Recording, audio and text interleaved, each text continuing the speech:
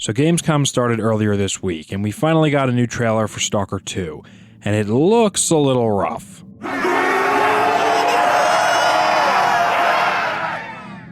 Everybody calm down. Before you leave your dislikes and angry comments, let me just say that I understand the developers are going through a rough time, to say the least, and I want to note that this video is in no way attacking the people over at GSC. What I do have to say, however, is that from the earlier trailers we've seen versus what we've seen recently, things aren't looking great. Looking at the trailers from 2021 and now, we can see that there's been a clear and major downgrade in the visuals department. The trailer we saw in 2021 truly looked like a next-gen game, and the trailer we saw recently looked like something out of 2016 at best. Oh, and the game seemingly got delayed again, though that's not really much of a surprise to anyone, as I figured it would be given all that's going on, as well as the tumultuous development of Stalker 2 in the first place. Now, I'm not saying this by itself means the game is going to be bad, but it is concerning that we're seeing all these issues well before the game is even released. I made a video about 7 months ago expressing skepticism about the state of the game, given the fact that we really haven't seen that much in the way of gameplay. All we really know thus far is that based on the couple of trailers GSC has put out, there are some major performance issues and, most recently, the graphical downgrades. At the end of the day, I don't mind a game that looks like it's dated. That's fine. As long as it's not looking like it came out from 2009, runs decently, and feels like a complete package, I don't have much of an issue. After all, one of my favorite games of all time is Ravenfield, which is a game that looks like this. Then there's another one I've been getting into recently called Worldbox that looks like someone tried to learn how to use MS Paint and gave up after about 20 minutes. My point is that graphics aren't everything, and while they aren't holding up to what was originally advertised, given the circumstances it makes sense. Normally, I would see the visual issues as a major red flag, but it's not like the devs planned to get invaded, so it's understandable how the visuals may have initially been more ambitious with the idea that they would be able to optimize later. It makes sense that some things have had to be scaled back a bit. But visuals aside, there are a few things that still concern me. Even before the recent gameplay trailer, we had seen some serious frame rate issues, and even with the recent downgrades, those issues still persist. And that leaves me worrying, what kind of performance are we going to see when this game launches on mid-range systems? Now, I've heard that some of the footage in the trailers was captured on consoles, but it still makes me feel bad for those console players who may be getting a subpar unoptimized experience. On the same note, another worry I have around this is the fact that GSC isn't the biggest company out there, and it seems like their resources might be spreading thin. Stalker 2 is set to come out on PC and Xbox, and it worries me that we might either get a bad Xbox port or a bad PC port, or both. The fact is that in the modern gaming industry there are constantly bad ports being released, with the most recent coming to mind being the Last of Us PC port. And given the fact that Stalker 2 has been delayed more times than I can count, I don't see this as a good sign. Like I said before and in previous videos, GSC is going through literal hell right now, and with a limited-sized studio to begin with, I really wonder how they're going to pull off two separate releases of the game simultaneously. Then there's the other issue. In recent years, more and more games seem to be going multi-platform, and I think this is a double-edged sword that nobody wants to talk about. While it's a great thing that more people get to play games, there are some drawbacks. There's the one I mentioned before where a studio will have to divide its resources to make the game work on all the intended platforms, but then there's something else.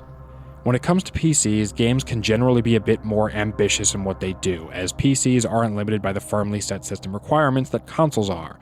A lot of games get dumbed down in terms of graphics, scale, or gameplay mechanics to cater to a console market today. I'm not saying Xbox players shouldn't get the opportunity to play Stalker 2, but what I am saying is that I don't want more people to be able to play this game at the expense of PC players. I'm not saying I want Stalker 2 to require a NASA computer to run either, but there has to be a balance. I don't want it to feel like just another generic shooter with small linear maps that could have been bigger had they not been on console, but they had to be compressed for the consoles. With the recent graphical downgrades, this is making me think that something like this is exactly what's going on, or it's also possible, like I said earlier, they just had to scale things back given the current situation. I'm not sure, but it leaves me with a lot of mixed feelings. The last major gripe I have is basically everything I said in my last video on Stalker 2. According to the Steam page, it seems that there's already going to be Day 1 DLC, a season pass, microtransactions, and what looks like might be a tacked-on multiplayer mode. Now that last part is subjective, but all the other things have been proven time and time again to not be good for games in the vast majority of cases. Now on top of that, we have all these performance issues as well as the downgrades, and it makes me think that things aren't going too well over at GSC. Again, I have to stress here that these guys are going through a war, so I don't blame them personally. This isn't a 343 or an EA situation where they have millions of dollars, virtually infinite time, and a nice cushy studio to work at in a safe environment. So again, I can't come down on them too hard when one of their devs was literally killed in action fairly recently. So I do have a lot of sympathy towards them, but the fact is that looking at Stalker 2 from a strictly game standpoint, so to say, it's not looking good, and I would encourage anyone who's thinking about pre-ordering to wait until the final product comes out. This is also the part where I have to remind you that GSC doesn't have the best track record when it comes to new releases either. Like I said in my last Stalker 2 video, this is the same company that released games like Clear Sky, which if you haven't played it, it's a game that's basically just recycled loads of content from its predecessor and is loaded with game-breaking bugs to this day. Now that game did come out in 2008, so a lot has changed, and GSC likely has a much bigger budget with more talent working over at the studio, and more advanced technology, so hopefully things will be a lot better. But with the state of the wider gaming industry at this point, I can't get my hopes up that much. All that being said, I'm not trying to be too negative here. Like I said, even if the graphics do have to be downgraded, at the end of the day I'm still going to enjoy the game, as long as it feels like it's complete enough and runs decently.